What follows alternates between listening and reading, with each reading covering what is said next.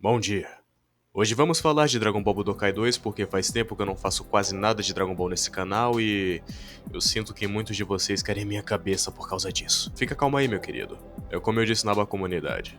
A produção é contínua, porém lenta. Voltando ao assunto, recentemente eu estava jogando a coletânea HD dos Budokais do PlayStation 3 e eu me peguei pensando, por que diabos eles não incluíram Budokai 2? Quando eu fui pesquisar, eu descobri que eles não fizeram isso pelo motivo mais estúpido possível, que era o jogo não era direto ao ponto.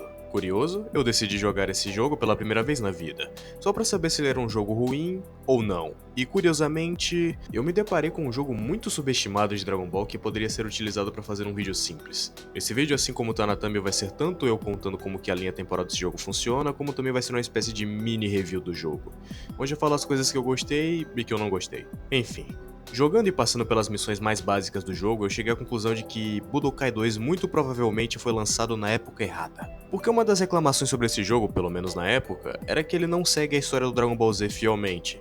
Mas nós já falamos isso daqui a pouco. Olhando com os olhos da época, eu consigo entender o motivo disso, já que ainda era uma novidade ver jogos 3D de Dragon Ball. Antigamente a gente só tinha os jogos 16 bits do Super Nintendo, então era de se esperar que o Budokai 2, além de contar a história inteira do Z, algo que o Budokai 1 não fez, já que ele só ia até a Saga Cell, se não me engano, ele pudesse ter um nível maior de qualidade em sua narrativa, junto de gráficos melhores e uma gameplay melhor. Mas acabou que não foi isso que tiveram. No entanto, olhando hoje em dia, eu digo que a Bandai se arriscou até que bastante, mas eu fico triste que eles não se arriscaram mais. Eu digo isso porque, pelo menos pra mim, já ficou muito saturado você fazer jogos de Dragon Ball que não fazem nada além de contar a história do Dragon Ball Z de cabo a rabo. Assim como foi em Dragon Ball Z Kakarot, por exemplo. Raramente você vê hoje em dia um jogo de Dragon Ball que conta uma história diferente, um dos poucos exemplos é a série Xenoverse e o Fighter Z.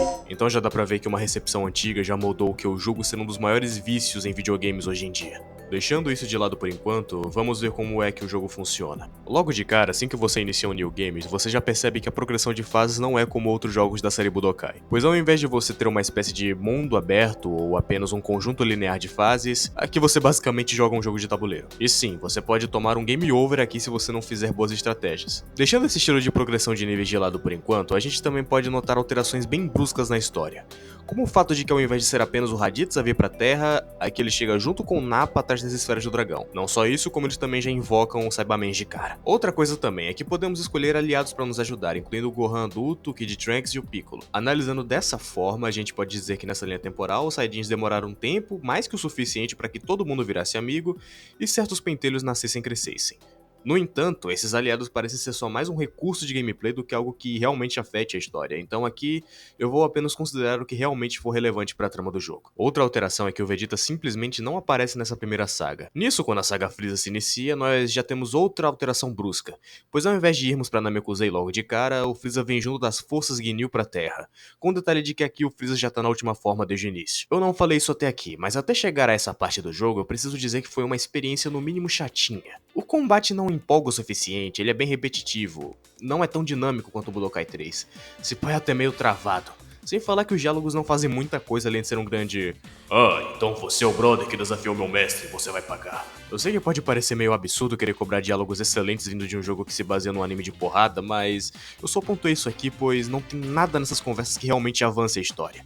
Por isso eu tô tendo que montar na minha cabeça essa linha do tempo maluca. Voltando. Aparentemente aqui foi o clássico equipe Bravo falhou, vamos mandar a equipe Alpha e de quebra levar o chefe junto pra analisar o pacote. Nada de muito relevante acontece aqui, ainda mais considerando que o Goku nem chega a virar Super Saiyajin. Ele só vai perseguir o Freeza na Namekusei e é lá onde ele finalmente encontra o Vegeta, fazendo seus planos maquiavélicos para destruir Freeza.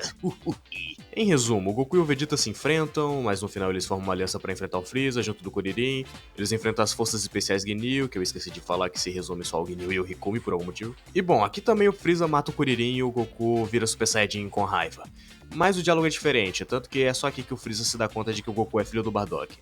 O que me deixa muito confuso do porquê ele não percebeu isso antes. Enfim, sem muitas explicações, a gente só volta pra Terra e se inicia a saga dos androides. Além de algumas lutas que não aconteceram no anime, como por exemplo, o Goku versus a número 18, temos aqui o Dr. Gero usando o DNA dos Saibamens pra criar clones deles pra enfrentar a galera. Tecnicamente isso não faz muito sentido, é só algo legalzinho de pontuar, mas se você é uma pessoa mais crítica, você já percebe que isso só foi incluído pra encher linguiça. O Android 19 não existe nessa linha do tempo, nós só temos a mesma trindade 16, 17 e 18. O Cell a gente chega a enfrentar ou ver ele em suas primeiras primeiras formas, ele só surge mesmo e absorve o 17 e a 18 de uma só vez. O Goku não se sacrifica enfrentando o Cell, o Trunks do futuro não aparece na saga inteira, nem o Mr. Satan, nem os jogos de Cell. Indo pra saga Buu, de novo, sem muita cerimônia ou diálogos que realmente avancem em história, o Goku enfrenta o Shin e aparentemente ele havia chamado o Goku pra porrada pra ver se ele realmente era fodão pra peitar o Majin Buu. Como o torneio de artes marciais simplesmente não existe aqui, o Vegeta cobra uma luta com o Goku no meio da treta. Então você enfrenta ele antes mesmo de ser controlado pelo Babidi. E bem, fora a luta do Daburá, a coisa mais impressionante que acontece aqui é que o Babidi simplesmente encarna um necromante, revive o Freeza e o Cell e os coloca sob seu controle. Isso sem dúvidas foi a minha coisa favorita no jogo, ainda que não faça muito sentido. No entanto, é realmente legal ver esses vilões sendo controlados por essa magia, algo que a gente não viu nem no Dragon Ball Heroes. E depois disso não acontece nada de muito impressionante aqui. Temos as lutas padrões que aconteceram no anime, mas adaptadas para essa linha do tempo capada que tivemos. Fora essas alterações na história, temos algumas coisas que já devem ser conhecimento da maioria que não estão necessariamente ligadas ao enredo.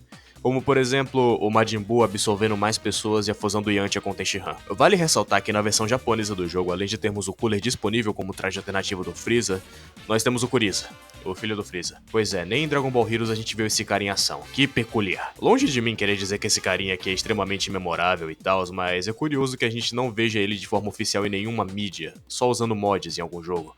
Bom, depois de contar de maneira simples como essa linha do tempo maluca funciona, eu me lembrei que isso também é um vídeo de mini review. Então eu tenho que dar o meu veredito sobre o jogo. Definitivamente não é um jogo ruim, mas também não é lá muito digno de estar entre os top 10 melhores jogos de Dragon Ball. Ele possui ideias interessantes, apesar de não terem sido executadas da melhor forma, e com certeza é um avanço desde o Budokai 1 em vários aspectos. Mas é como eu disse, eles podiam ter se arriscado mais na produção do jogo, e quem sabe até ter incluído o Kuriza e o Cooler na história. A minha nota final para Budokai 2 é um 6.1 pelo esforço. Fiquem todos com Deus e até mais.